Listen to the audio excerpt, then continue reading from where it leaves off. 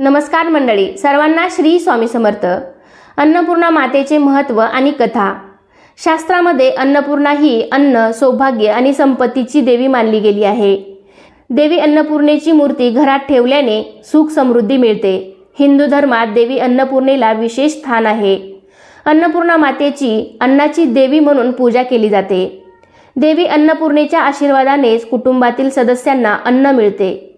जो भक्त खऱ्या श्रद्धेने अन्नपूर्णा देवीची आराधना करतो त्याचे घर कायम धान्याने भरलेले राहते।